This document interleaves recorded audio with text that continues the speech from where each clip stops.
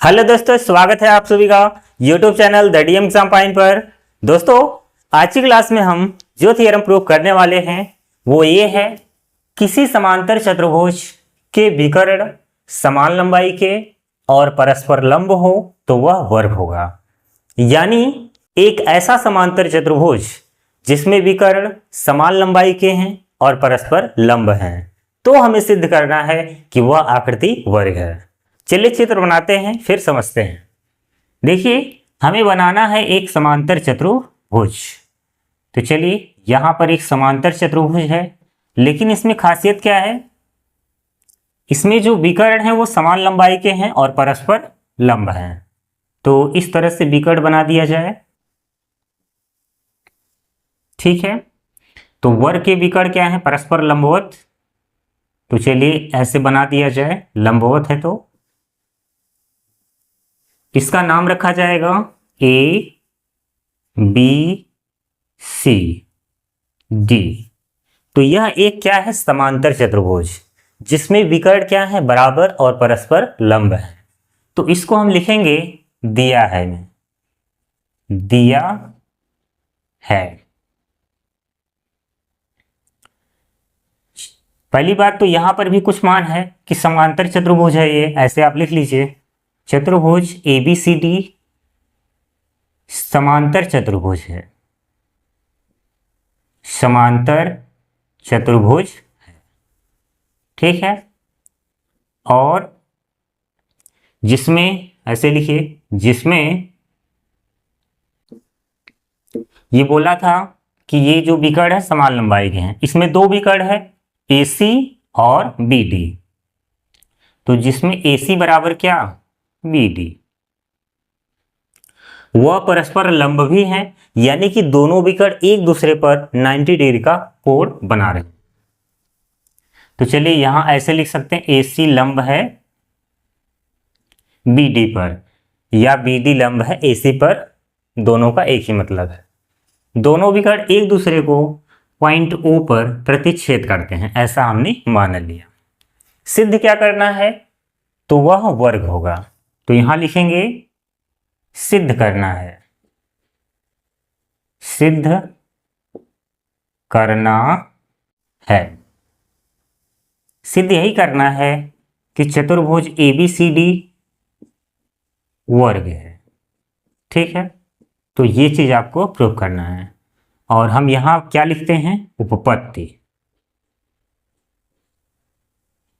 तो देखिए, यहां पर हमें कुछ मान दिए गए हैं, जैसे कि चतुर्भुज ABCD क्या है? समांतर चतुर्भुज। समांतर चतुर्भुज किसे कहते हैं? एक ऐसा चतुर्भुज जिसमें आमने सामने की भुजाएं बराबर होती हैं और समांतर भी होती हैं, तो उसे क्या बोलते हैं? समांतर चतुर्भुज। यानी आवश्यकता पड़े तो हम AB बराबर CD और BC बराबर DA ले सकते हैं। दिया है तो काम आएगा ही। जिसमें AC BD बराबर है, यानी कि विकर्ण AC और BD बराबर है और वो एक दूसरे पर लंब भी है। देखिए, अगर हमें ये प्रूफ करना है कि चतुर्भुज ABCD एक वर्ग है, तो उसके लिए हमें वर्ग की प्रॉपर्टीज पता होना आवश्यक है। वर्ग की प्रॉपर्टीज क्या होती है, यानी वर्ग का डिफिनीशन क्या होता है? एक ऐसा चतुर्भुज जिसमें प्रत्येक भुजा की लंबाई बराबर होती है और उसके अंतःकोण समकोण होते हैं। अगर कोई ऐसा चतुर्भुज हो जिसमें चारों भुजाओं की लंबाई बराबर हो और प्रत्येक अंतःकोण समकोण हो, तो उसे वर्ग कहेंगे। यानी कि अगर हमें यहां पर यह सिद्ध करना है कि ABCD वर्ग है, तो इसमें चारों भुजाओं की लंबाई को बराबर लाना होगा और प्रत्येक अंतःकोण को समकोण दिखाना होगा, तब जाकर के ये सिद्ध होगा कि यह एक वर्ग है। तो चलिए पहले ये हम पता करते हैं कि इसमें चारों भुजाओं की लंबाई बराबर कैसे किया जाए। तो उसके लिए हम एक काम करते हैं। हमें ये तो पता है कि ABCD क्या है? समांतर चतुर्भुज। तो हम एक काम करते हैं, AB यहां है और DA यहां है, तो इन दोनों ट्राइंगल को ले लेते हैं। कोई भी दो ट्राइंगल आप ले लीजिए जो सटे हुए हों, चाहे आप इन दोनों ट्राइंगल को ले लीजिए, या फिर इन दोनों ट्राइंगल को, या फिर इन दोनों ट्राइंगल को, या फिर इन दोनों को। तो हम एक काम करते हैं, ट्राइंगल AOB और ट्राइंगल AOD को ले लेते हैं। ठीक, यहीं से स्टार्ट करते हैं। तो यहां लिखेंगे त्रिभुज ए ओ बी व त्रिभुज ए ओ डी में। बहुत ही ध्यान से देखिएगा, बहुत ही इजी इसका सॉल्यूशन होने वाला है। तो इन दोनों ट्राइंगल में 3 कंडीशन इक्वल दिखाने हैं आपको, ताकि ये कॉन्ग्रुएंस हो जाए, उसके बाद हमारा काम हो जाए, ये बराबर आ जाए। तो देखिए ट्राइंगल ए ओ बी और ट्राइंगल ए ओ डी में ओ ए कॉमन है, तो यहां लिखेंगे ओ ए बराबर ओ ए, और यहां आप लिखेंगे उभयनिष्ठ है। ठीक है, एक काम हो गया। अब देखिए हमें ये पता है कि एक एक कोण समकोण भी है, एक एक कोण समकोण है, तो यहां पर 90 है, यानी कि कोण ए ओ बी और कोण ए ओ डी 90 डिग्री है। तो यहां आप लिखेंगे कोण ए ओ बी बराबर कोण ए ओ डी बराबर कितना 90 डिग्री, यानी कि समकोण है। चलिए एक कंडीशन और, हमें ये पता है कि चतुर्भुज एबीसीडी क्या है, समांतर चतुर्भुज। समांतर चतुर्भुज के विकर्ण एक दूसरे को समद्विभाजित करते हैं, यानी AC और BD एक दूसरे को समद्विभाजित करेंगे, तो OB और OD बराबर हो जाएगा। तो यहां हो जाएगा OB और यहां हो जाएगा OD। आप यहां लिख लीजिएगा समांतर चतुर्भुज के विकर्ण, समांतर चतुर्भुज के विकर्ण परस्पर परस्पर समद्विभाजित करते हैं। ऐसे आपको हिंट मिल जाएगा समझने के लिए, समद्विभाजित करते हैं। ठीक है, चलिए 3 कंडीशन मिल चुका है। ये तीनों जिस कंडीशन में है, आइए चेक करते हैं कौन सा यहाँ पर कॉन्ग्रुएंस लग रहा है। यहाँ पर 2 भुजा है, एक कोण है, तो ओ ए यहाँ पर है, उसके बाद कोण है, फिर ओ बी, यानी भुजा कोण भुजा आ रहा है। देखिए साइड एंगल साइड, इधर से भी चलिए साइड एंगल साइड, तो SAS यानी कि सास मिल गया, SAS सर्वांग क्षमता, सर्वांग क्षमता से यस सर्वांग क्षमता से ये दोनों ट्राइंगल क्या हो जाएंगे, कॉन्ग्रुएंस। तो आप यहां लिखेंगे त्रिभुज AOB सर्वांगसम त्रिभुज AOD, यानी कि दोनों ट्राइंगल अब क्या हो चुके हैं, कॉन्ग्रुएंस, यानी कि संगत कोण और संगत भुजा बराबर हो जाएगा। तो चलिए अब जैसे हमें यहां पर AB और AD दिख रहा होगा, ये बराबर हो गए। अब OB OD के पहले से ही बराबर था, OA तो कॉमन था, इसका मतलब अब यही बच रहा है, तो वही बराबर होगा। तो इसलिए सर्वांगसम होने के कारण क्या हो जाएगा, AB बराबर DA। ठीक है, क्यों ऐसा हुआ, क्योंकि ये सर्वांगसम है। अब ध्यान से सुनिए, हमें ये पता है कि चतुर्भुज ABCD क्या है, समांतर चतुर्भुज, यानी कि सम्मुख भुजाएं क्या होंगी, बराबर। तो सम्मुख भुजाएं बराबर होने का मतलब यही है कि AB किसके बराबर होगा, CD के, और BC किसके बराबर होगा, DA के। लेकिन अभी हमें ये पता चला कि जो AB है वो DA के बराबर है, जो AB है वो DA के बराबर है, और समांतर चतुर्भुज के कारण AB किसके बराबर है, DC, और AB इसके बराबर है, और ये किसके बराबर है, BC के। एक तरह से चारों भुजाएं अब बराबर हो चुकी हैं। तो यहां लिखेंगे अतः AB बराबर BC बराबर CD बराबर DA। तो ये चीज आ गया, यानी कि इस चतुर्भुज में चारों भुजाओं की लंबाई बराबर आ चुकी है। तो क्या इतना ला देने से ये सिद्ध हो जाएगा कि यह वर्ग है, नहीं, क्योंकि दो चतुर्भुज ऐसे होते हैं जिसमें चारों भुजाओं की लंबाई बराबर होती है। एक तो होता है वर्ग और एक होता है समचतुर्भुज। दोनों में डिफरेंस क्या है, वर्ग के प्रत्येक अंतःकोण समकोण होते हैं, लेकिन समचतुर्भुज में ऐसा नहीं होता। अगर हमें वर्ग लाना है तो इसका प्रत्येक अंतःकोण 90 भी लाना होगा, इतने से काम नहीं चलेगा। आधा पता चल चुका है कि वर्ग की तरह थोड़ा थोड़ा लग रहा है, लेकिन अब 90 अगर आ गया तो ये कन्फर्म हो जाएगा। तो चलिए अब उसको लाते हैं, जुगाड़ करते हैं उसका कुछ। यहां से देखिए, अब उसके लिए क्या किया जाए, अब एक काम करते हैं। अंतःकोण लाने के लिए हमें थोड़ा सा बड़ा ट्रायंगल लेना होगा।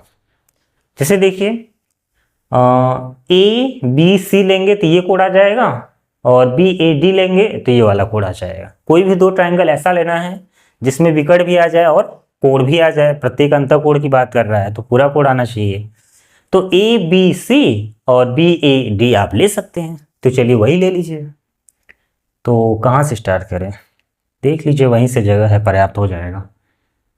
त्रिभुज ए बी सी व त्रिभुज बी ए डी में, ठीक है। अब ध्यान से देखिएगा, त्रिभुज ए बी सी और त्रिभुज बी ए डी ये कॉमन आ रहा है। ए बी क्या है, कॉमन। तो आप यहां लिखेंगे ए बी बराबर ए बी और कोष्टक में उभयनिष्ठ, ठीक है, ये हो गया उभयनिष्ठ। अब चलिए अगले शर्त की ओर बढ़ते हैं। त्रिभुज ए बी सी में भुजा बी सी और त्रिभुज बी ए डी में भुजा डी ए बराबर है। यहां देखिए ए बी और डी ए बराबर है, यहां से भी। तो यहां आप लिखेंगे बी सी बराबर बी ए।